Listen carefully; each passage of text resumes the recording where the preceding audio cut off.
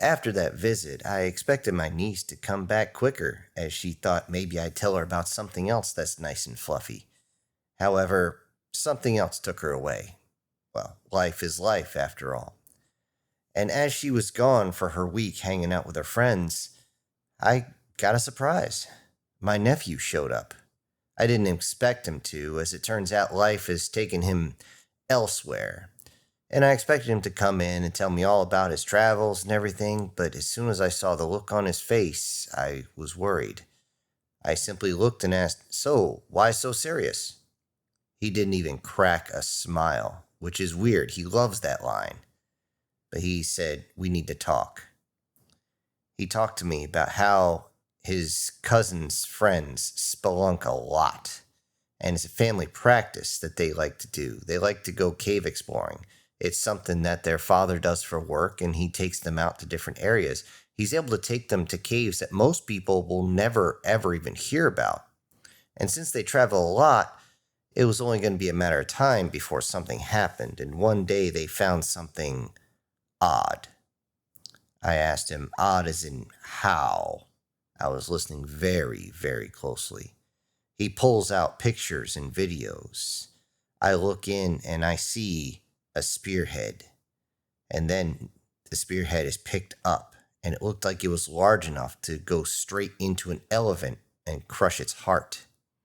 Then there was pictures of clothing, mostly a type of grass skirt that is too massive for one person. It actually took two people to hold it up and spread it out so you could see.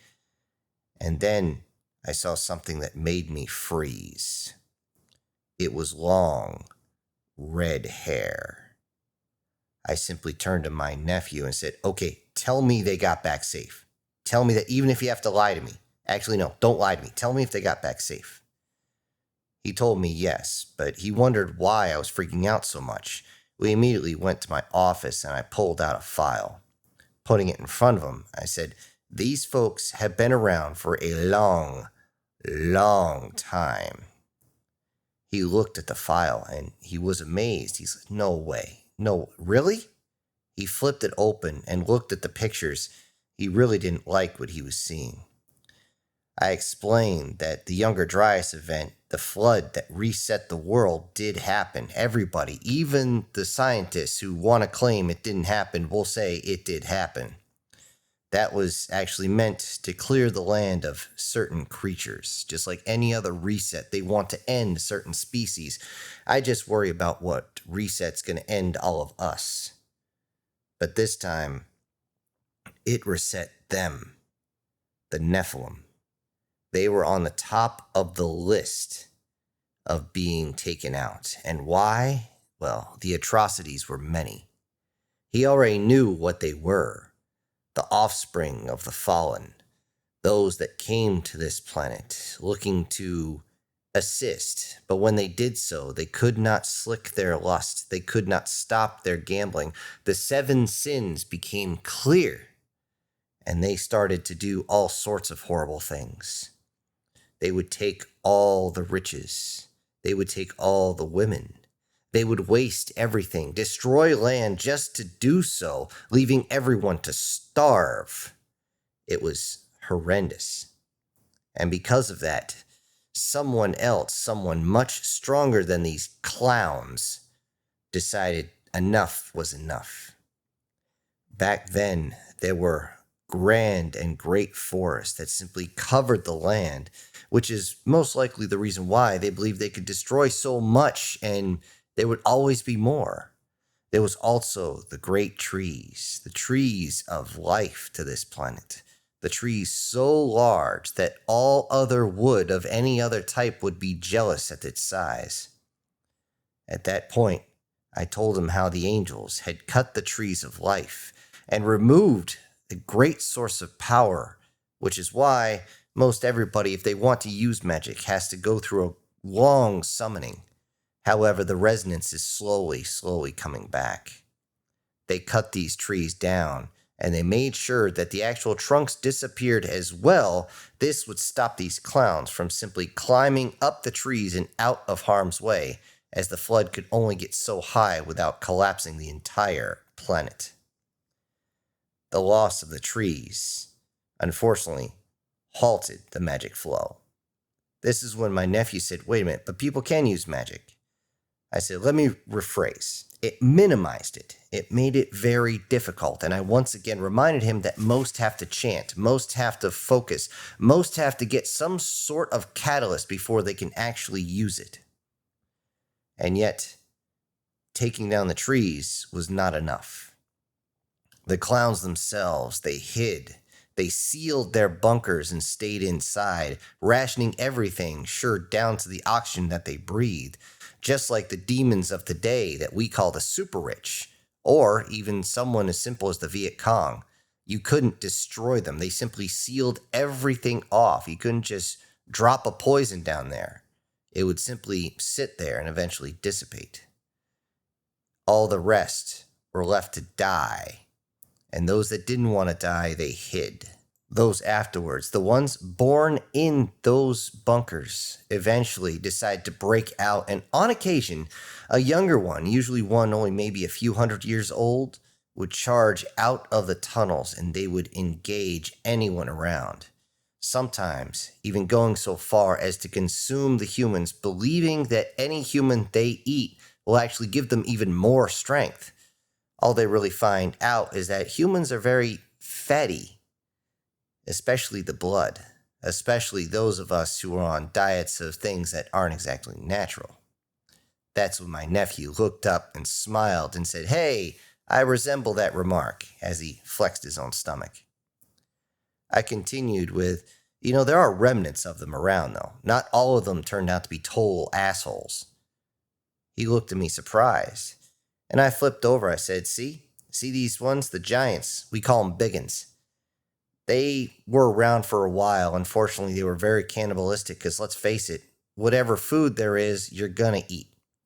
And at that time, humans were dining on other humans. I mean, how the hell do you think the catacombs came to be? That was the giant refrigerator. That's when my nephew looked at me sideways, and I want to be like, oh, shoot, I told my niece that, not him. I told him I'd tell him later about that. But as the waters receded, eventually, as they always do, the different cultures accepted a few. Just a few.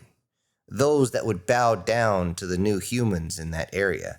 Those that would simply become a tool. A very large tool. Unfortunately, they were usually taken down as that large person there, standing anywhere from maybe 12 feet all the way up to 30 feet and plus even more. Well, they were the biggest target. And let's face it, you can only take so many arrows. Each arrow might be a bee sting, but you know what they say, one's going to piss you off, but a million will kill you. And if you look, their genetics still remain buried around the world. You can find all these different pictures, as I showed him a few more of the actual real photos of giants, not the ones that were taken and altered, but the ones that were taken from the excavation site before the Smithsonian and the rest of them took all the evidence. I let him absorb all this before I continued. I told him that the clowns themselves, they don't really produce female offspring. There's something in their genetic code. They're absolutely reliant on humans. We don't know why that is. It's just there.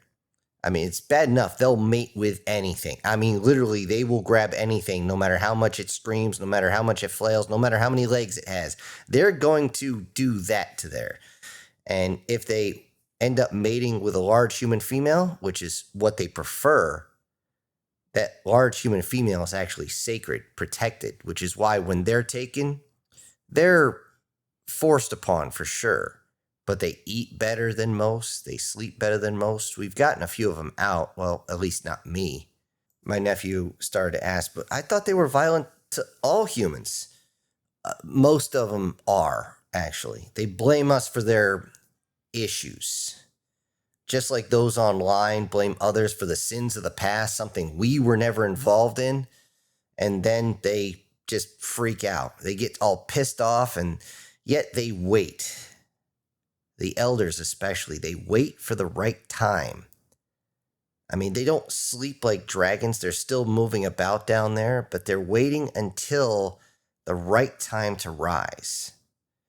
My nephew turned, "What time is that?" "I don't know. If you got an actual right calendar, I'll talk to you then. But you know as well as I do, our calendar has been mutated and ripped apart and reassembled so many damn times by somebody in the dark with dyslexia that you never know what the hell's going to go."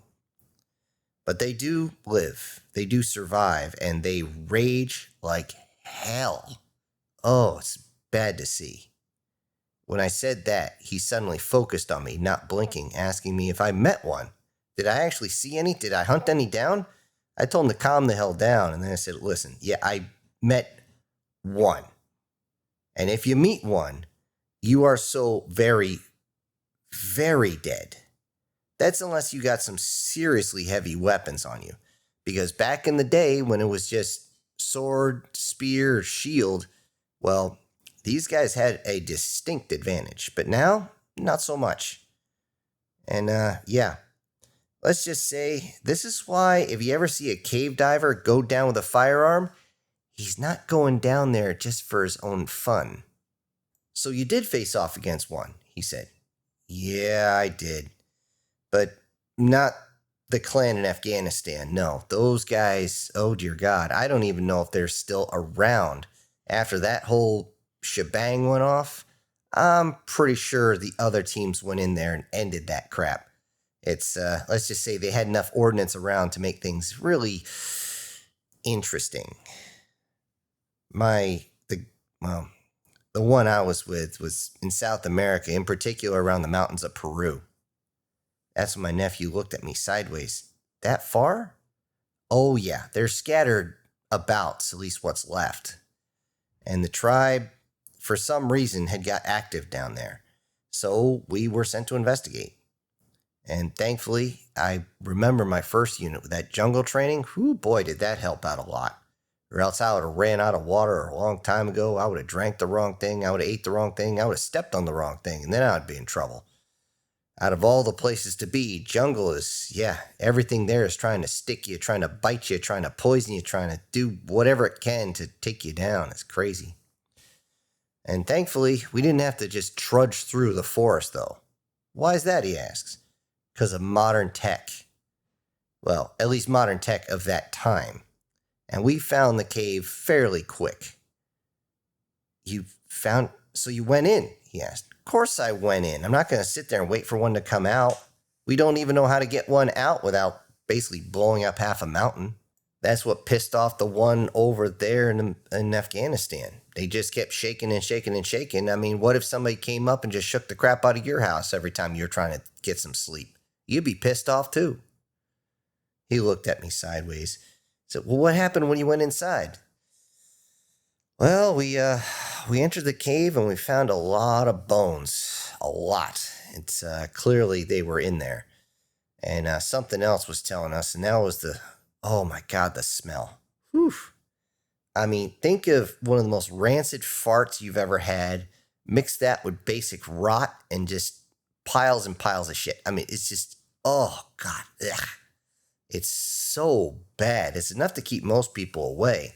Hell, I don't even think any bugs want to go in. I'm pretty sure even the flies would be like, woo, dude, turn that down." And we weren't sure if we found the right one, but we did find its tracks. And we went in. And again, modern technology. Immediately I flipped down my nods, my night vision, and we moved into the cave. And we were told about this, but I'd never hunted these things before, so I didn't know. There's one simple truth with these guys. If you're going in the cave, that is, it doesn't matter how stealthy you are. They will always get first strike. Always. Unless they are busy doing something like feeding, fighting, or fucking, they're going to be on you. And they'll be on you quick. And this time, unfortunately, Josie, yeah, he took the first hit. And I kind of joked with him that I know his name is Jose. He always thought it was kind of funny. His wife thought it was hilarious. But whatever. I unfortunately had to deliver the news because, well, I couldn't tell him that Josie got a spear right through the torso. And hell, I didn't even hear him scream. All I heard was flesh rip. And I tell you what, it almost turned him and Pedro into human shish kebab. But Pedro reacted just fast enough. I mean, he got a piece of it, but he turned enough where it bounced off his plates. And yeah, there he was. I mean, that fucker had to be at least 12 feet tall. I never actually measured him, but yep, there he was, reaching for his spear again as we see Josie just dropping down to his knees. Didn't know if he was still alive, but down he went.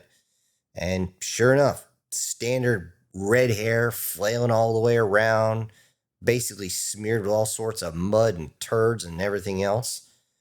But yeah, there were dark streaks in the hair, which actually surprised us.